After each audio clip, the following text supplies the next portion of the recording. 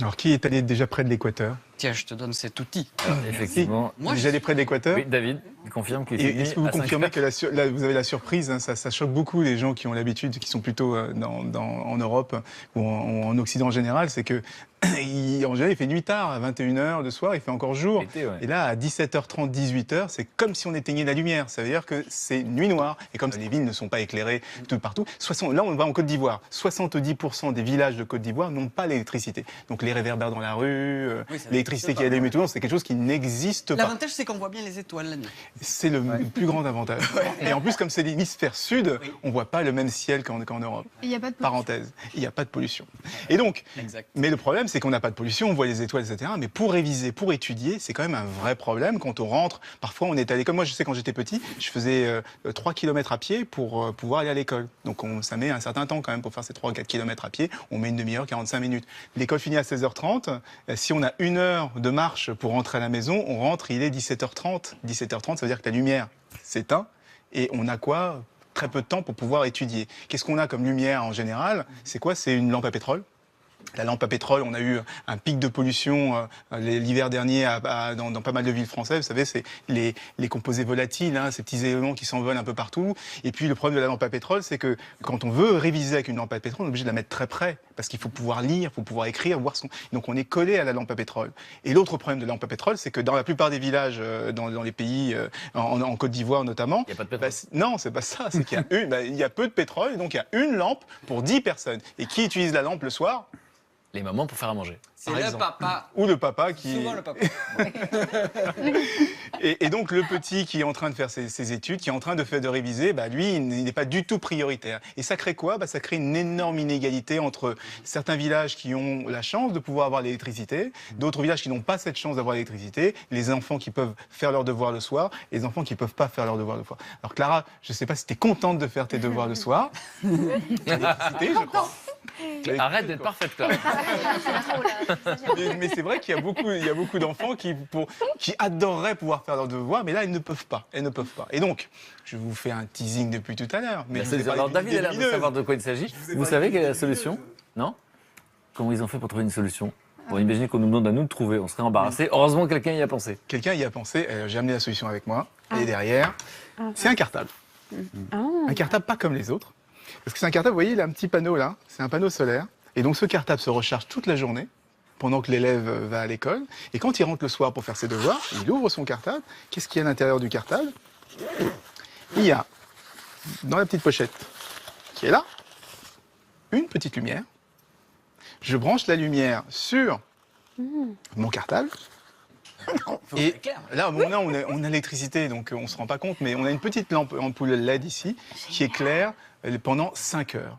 Alors parfois on n'avait qu'1 heure ou 2 heures pour pouvoir faire ses devoirs, là on a 5 heures. Et qu'est-ce que font les enfants? Parfois ils amènent leurs petits copains, ils disent venez à la maison, on va pouvoir faire des devoirs parce que j'ai une lampe, la lampe à pétrole, c'est pas grave, papa ou maman peuvent continuer à jouer avec leur lampe à pétrole. Et puis comme c'est des ampoules LED, en plus c'est froid, il n'y a pas les fameux composés volatiles, il n'y a pas de problème de pétrole, on a de l'énergie solaire pour pouvoir faire ses Super. Et c'est une invention? C'est une invention C'est une invention, c'était inventé par un Ivoirien. C'est simplement du bon sens de se dire, bah voilà, il y a des cartables, il y a du soleil, il y a des petites ampoules LED, pourquoi on ne mettrait pas tout ça ensemble? Alors c'est un jeune Ivoirien qui s'appelle Évariste. Voilà, ça y est. Brigitte adore quand tu t'en sors pas avec les Voilà. Brigitte, tu es coquine. Et donc, je vous montre, voici Évariste Accounian. Je vais mettre même la photo comme ça dans le sens. Donc c'est lui qui a eu l'idée. C'est lui qui a eu l'idée, il a 35 ans.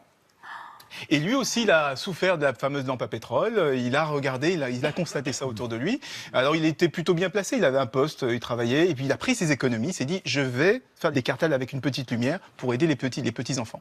Et il a commencé comme ça. Il a mis ses 40 000 euros. C'est énormément d'argent en Côte d'Ivoire, 40 000 euros. Il a pris ses 40 000 euros. Il a fabriqué 500 cartables comme ça avec son propre argent personnel. Il en a donné à peu près 250, 300 dans les différentes écoles. Il ne peut pas donner à tout le monde, hein, évidemment, parce que c'est un peu difficile.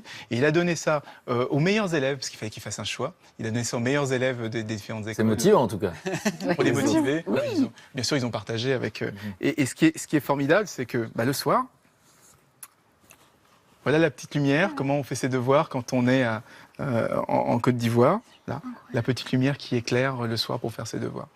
Et moi je trouve ça très important parce que l'éducation, l'école, c'est le tout début du développement. Parce que ces enfants qui ont eu accès et ont le premier pied à l'école, ils vont apprendre des langues étrangères, ils vont découvrir le monde, ils vont pouvoir s'ouvrir. Et c'est eux l'élite de demain de leur pays. On est dans les petits villages, là. Il y a de l'électricité en Côte d'Ivoire.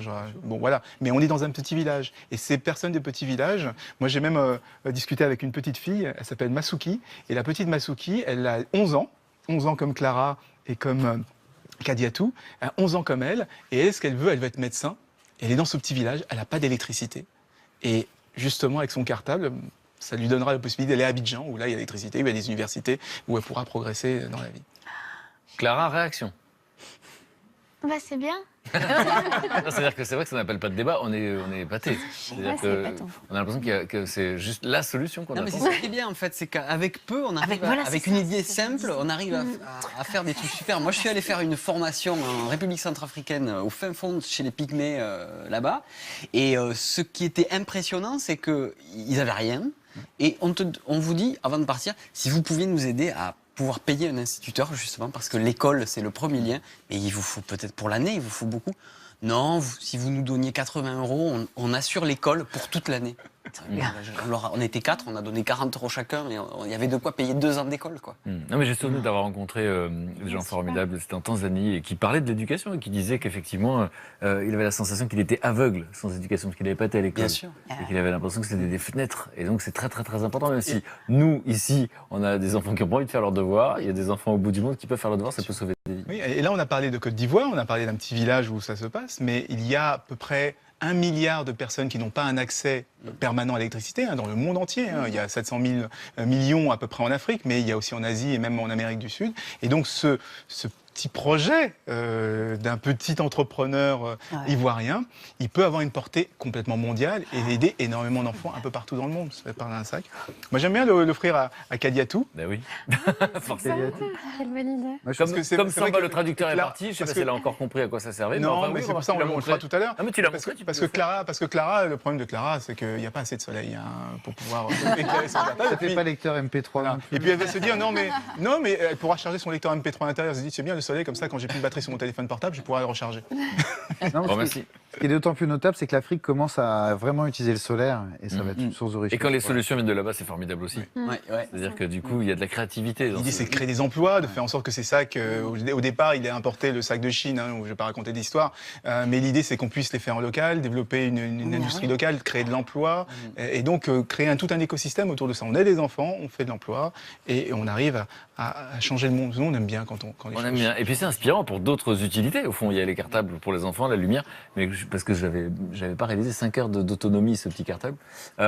Ça en est à quel stade aujourd'hui? Est-ce qu'il y a des ONG par exemple qui distribuent ce cartable? Alors ils sont soutenus par l'UNESCO et le groupe Magic System, qui est quand même un fabricant de tubes notoire en Côte d'Ivoire et aussi en France, qui finance le premier lot de lancement. Mais ils ont encore besoin aujourd'hui d'une ONG un peu plus importante pour lancer vraiment l'industrialisation. Pour le moment, c'est du bricolage.